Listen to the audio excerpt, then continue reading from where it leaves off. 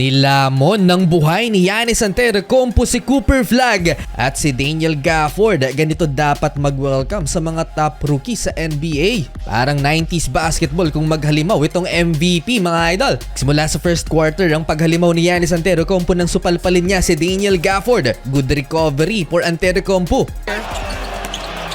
The defense, Giannis. Ito ang kalaban mo, siguradong mai-intimidate ka talaga sa paint. Parang napaka-imposible naman ang ginawa ni Miles Turner. Tinapon na lang sa ere yung bola na ipasok pa and one.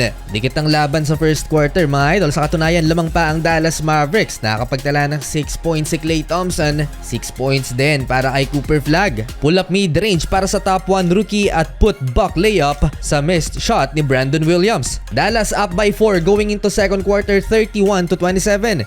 Sa second frame na naitala ni Giannis ang kanyang first field goal at eto yung nangyari. Even the putbacks are a little bit tough. Tries to split the defense. Giannis.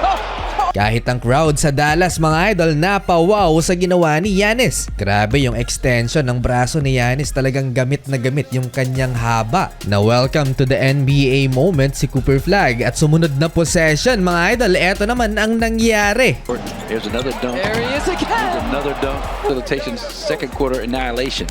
Parang dumaan sa butas ng karayom si Daniel Gafford, hindi makalusot kay Antetokounmpo, nasupalpal pa siya ni Greek Freak. Nakipag-appear sa ere ang two-time NBA MVP. Kyle Kuzma sumubok naman na mag-flop pero hindi umubra sa referee yun. Natawagan pa siya ng blocking foul. Well, nalimitahan ng Dallas Mavericks si Giannis sa first half. Pinisikal nila ng pinisikal si Greek Freak para hindi makalusot sa ilalim. Yan lang naman ang paraan ng Dallas para mapigilan ang pagdomina ni Giannis Antetokounmpo sa paint. Solid si Cooper Flagg sa first half, 12 points in 66% shooting percentage at hindi na siya starting point guard, nilagay siya sa tres na posisyon ni Coach Jason Kidd. Gantihan lang din na pinisikal naman ni Antetokounmpo ang rookie. Brandon Williams ang starting point guard habang nilagay naman si D'Angelo Russell sa second unit. 57-53 halftime lamang ang Dallas Mavericks. Quick double kay Giannis to start the third quarter ang ginawa ng Dallas Mavericks. Hindi na naman nakalusot sa pintura si Antetokounmpo, forcing him to pass the ball at dito nakapag-steal si Daniel Gafford. Drive and kick Cooper Flagg sa corner kay PJ Washington, wide open 3-pointer. Good screen din ang ginawa ni Brandon Williams kay Giannis. And again, double team na naman kay Giannis Antetokounmpo na pipilitan siyang ipasa ang bola pero agad na binalik at dito off guard ang Dallas Mavericks. Hindi bumagsak ang kumpiyansa ni Cooper Flagg simula ng madakdakan sa first half at lalo pang gumanda ang performance niya sa third quarter. Driving layup and 3-pointer siya ang first option ng Dallas dahil wala pa rin si Anthony Davis. Dito nakakita na naman ng opening si Giannis Antetokounmpo sa ilalim. That's another dunk for Antetokounmpo. Noong nakaraang araw lang mga idol, ni Real Talk ni Dirk Nowitzki ang Dallas organization dahil hirap daw makapag-shoot at walang ginagawang plays ang Dallas Mavs. Ay opening ito sa sistema ni Coach Jason Kidd at syempre para na rin kay Nico Harrison dahil nagba-backfire na ang trade na ginawa nila kay Luka. Ngayon may malaking pagbabago sa offense ng Dallas Mavericks. Mas ginagamit ni Coach Jason Kidd ang mga role players. Well, at least nakinig ang Mavs sa Dallas legend at binangko na si Klay Thompson dahil masyadong baldog na si Klay at nagkakalat lamang sa court. Leading scorer si Cooper Flagg with 19 points so far and Max Christie double-digit scoring na rin. Papatapos ang third quarter battle of the second unit, D'Angelo Russell 3-pointer habang leading scorer naman si Kyle Kuzma sa Milwaukee Bucks. 16 points in 16 minutes lamang mga idol ang Dallas Mavericks at the end of third quarter, 88-79. Fourth quarter, eto yung problema ni Giannis Antetokounmpo, ang madalas na pag-double team sa kanya ng Dallas Mavericks. Pinasahan ng bola ang courtside fans ng Dallas. 10 minuto pa ang natitira sa fourth quarter, nakakalimang turnovers na si Giannis Antetokounmpo. Buhay na buhay ang bench ng Dallas Mavericks na hype si Kyrie Irving sa acrobatic finish ni PJ Washington. Smooth like butter, 13-point Mavs lead, 92-79. Nagliliyab ang mga kamay ni Kyle Kuzma, nakat ang lamang ng Dallas Mavericks into single digit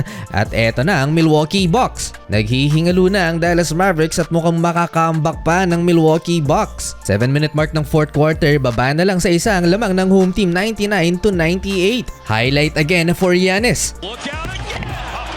Gusto sanang gumante ni Cooper Flag pero naimintis niya ang putback dunk na to pero may foul. Halfway, lamang na ang Milwaukee Bucks sa tres na to ni Giannis Antetokounmpo 105-102. Bang klaseng Giannis ang nasaksihan dito sa fourth quarter. Eto tatlo na ang tumulong para mapigilan si Greek Freak pero kinain na naman ng depensa ng Mavericks. 29-10 run by the Milwaukee Bucks na choke ang Mavs. Crunch time, easy dunk na sana to kay Giannis Antetokounmpo pero naimintis niya.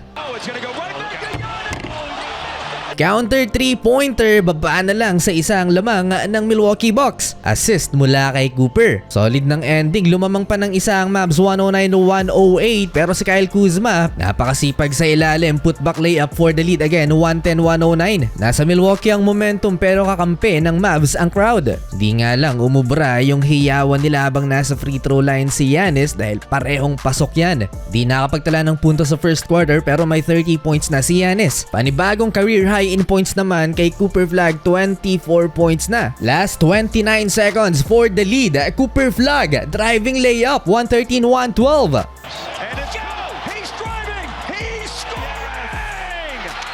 The best revenge ni Cooper Flag kay Giannis pero hindi pa tapos ang laban. Panglamang, Ryan Rollins last 18 seconds driving layup, 114-113. Certified clutch bucket itong si Ryan.